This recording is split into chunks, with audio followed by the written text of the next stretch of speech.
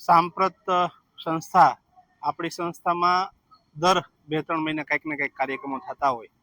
આજે એક વિશેષ કાર્યક્રમ છે કે ઉનાળાની સિઝન છે ત્યારે આપણા અનાથ જે દિવ્યાંગ બાળકો છે જે અભ્યાસ કરે છે, અલગ અલગ પ્રવૃત્તિ કરે છે, ત્યાં અમારે બહુ ગરમીનો પ્રશ્ન હતો. એટલે યુકે સેવા સમિતિના જુનાગઢના પ્રમુખ યતીનભાઈ કારિયા સાથે વાત થઈ કે આપણે 2 એસીની જરૂર છે. ત્યારે યુકે સેવા સમિતિના પ્રમુખ શ્રી કિશોરભાઈ વાઢિયા એમની સાથે વાત થઈ એટલે 2 એસી એમને મંજૂર કરેલા. આજે 2 એસી આપણી સંસ્થામાં જે બાળકો અભ્યાસ કરે છે ત્યાં 2 રૂમમાં કે જે દિવસ દરમિયાન સતત ગરમી થતી હોય ત્યારે હવે બાળકોને એક ઠંડક મળશે. ત્યારે યુકે સેવા સમિતિનો ખૂબ ખૂબ આભાર માનું છું. સાથે સાથે આ કાર્યક્રમમાં મુરબ્બી શ્રી ગિરીશભાઈ કોટેચા તેમજ ધારાસભ્ય શ્રી પૂર્વ ધારાસભ્ય મહેન્દ્રભાઈ મસરૂ, સાથે સાથે મનસુખભાઈ વાજા, નાથભાઈ વાળા તેમજ જુનાગઢના અગ્રણીઓ કે જે સેવાભાવી સંસ્થાઓ સાથે જોડાયેલા છે. અમારા સતત કાર્યક્રમને સફળ બનાવવા વિપુલભાઈ રૂપારેલીનો હાથ હોય. આવી રીતે સતત સંસ્થા સાથે જોડાયેલા તમામ આગેવાનો ઉપસ્થિત રહી અને અમારી સંસ્થાના બાળકો જે છે એમને આજે 2 એસીનું લોકાર્પણ કરેલ. ખરેખર તમામ સમાજના જે દાતાશ્રીઓ છે એમનો સહકાર છે. આજે જેમ ભાઈ વાત કરીએ એમ કે દાતા જે શ્રી એમની યુનિવર્સિટી અહીંયા ભેગી થાય તો બધા સંસ્થાને સતત મદદ કરે છે. સમાજના સહકારથી આ સંસ્થા ચાલુ છે. હું તો માત્ર નિમિત્ત છું. એટલે આવા અતિ ગંભીર દિવ્યાંગ બાળકોને અમે સતત કંઈક ને કંઈક જરૂરિયાત હોય ત્યારે સમાજ પાસે માગીએ છીએ, ત્યારે સમાજ પૂરો પાડે છે.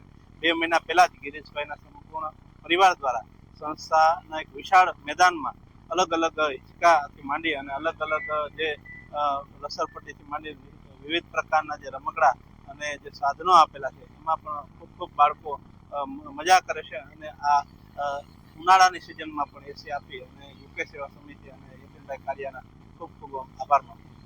વિજાપુર ખાતે લગભગ વર્ષમાં 4-5 વાર આવવાનું થાય છે.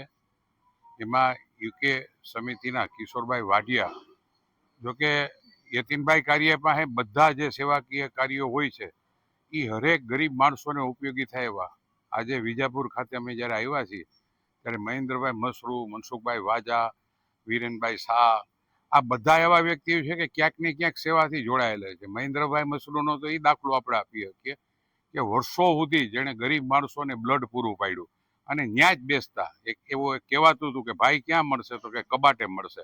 એટલે હોસ્પિટલમાં જ આખો દી રહેતા હતા. આવી સંસ્થા મહેન્દ્રભાઈ જે અહીંયા હલાવે છે વિજાપુરમાં, પોતે સુખી માણસ છે પણ એને પણ ભગવાને જે આ સેવા કરવાનો મોકો આપ્યો જ ને.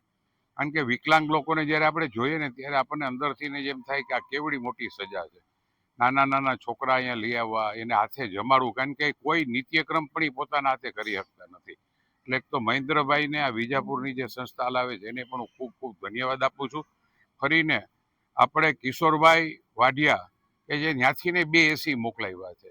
આજે ઉનાળામાં આપણે 2 મિનિટ બહાર નથી રહી શકતા. આ છોકરાનું મહેન્દ્રભાઈ આજ બધું બતાવ્યું.